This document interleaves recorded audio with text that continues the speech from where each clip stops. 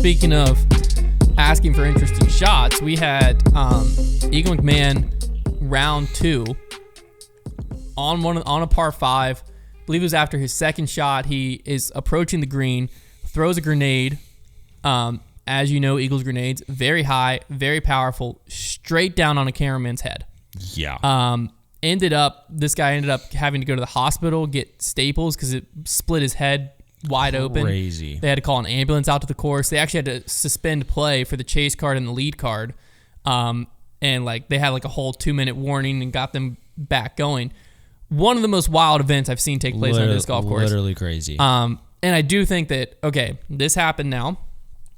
First thing, he seems to be doing okay. As okay as you can be, considering he's going to be all right. Eagle dropped a grenade on him. But he, staples in the head. It looks, if you can find the picture on Twitter. Very painful. If you're queasy, don't look at it. I got a little queasy looking at it.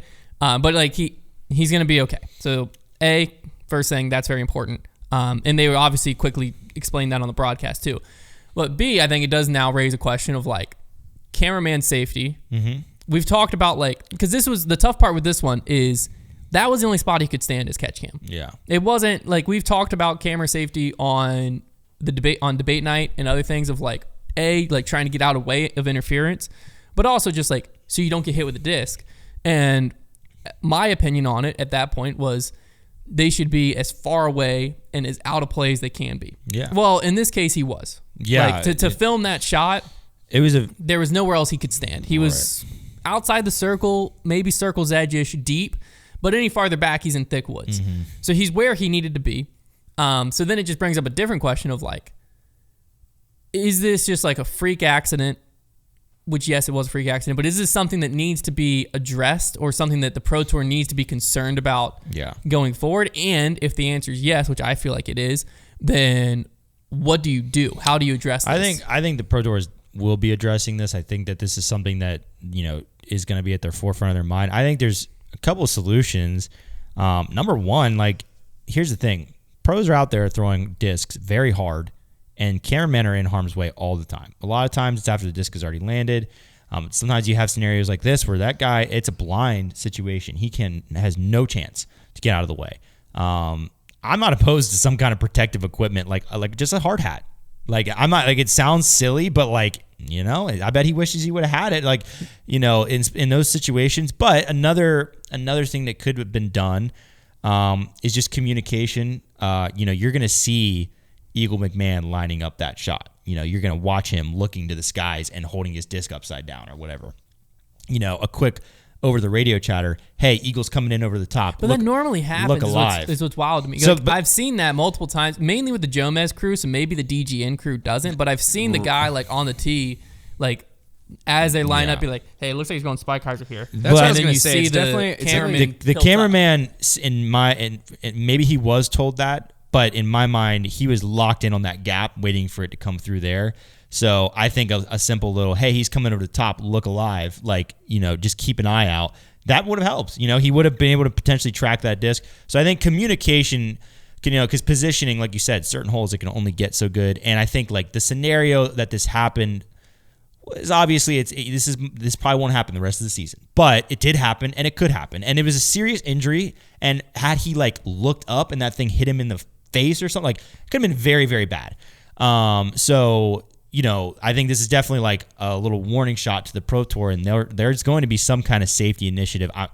I would be surprised if they didn't address it in the next week of just hey, by the way, this happened. This is what we're going to do to make sure that we emphasize cameraman safety. We're going to up communication. We're going to do this and that. Yeah. I'm expecting to see something like that because I don't think they're just going to be hush-hush about it because, it's not anybody's fault, really. No. But that's the thing is, you saw Eagle felt terrible, but, things like this happen. He threw a disc golf shot. He did what he was supposed to do. And it was a good shot. It's a pretty good shot, Things like this happen, and that's what creates, better safety initiatives. Sometimes, things like this need to happen to create those. And so I expect that's what will happen, and I'm sure they'll, it's one of those things that happens to where guess what? I bet the next time, like if the next round he would have been lining up a similar shot, I guarantee you they would have been radioing to the cameraman, hey, he's going over the top again. Like, yeah, it's something that once it happens, it's going to be on their radar. Yeah. It's definitely up to the production company to have that as a complete role, which I know they do that,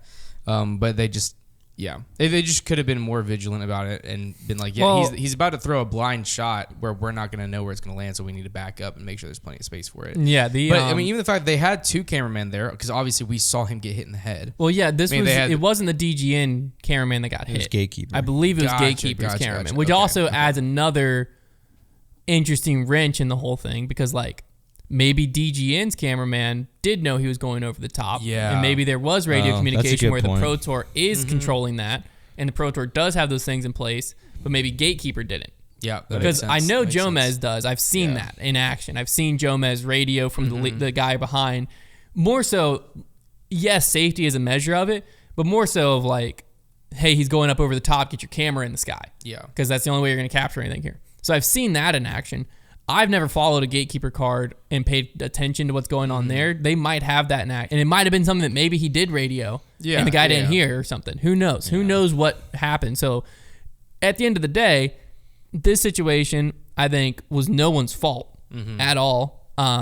No one, I think, you can sit here and be like, wow, this person really messed up and they're responsible for it. But I think it's up to the production company. No, yeah. I would say if you're going to put a finger anywhere, sure.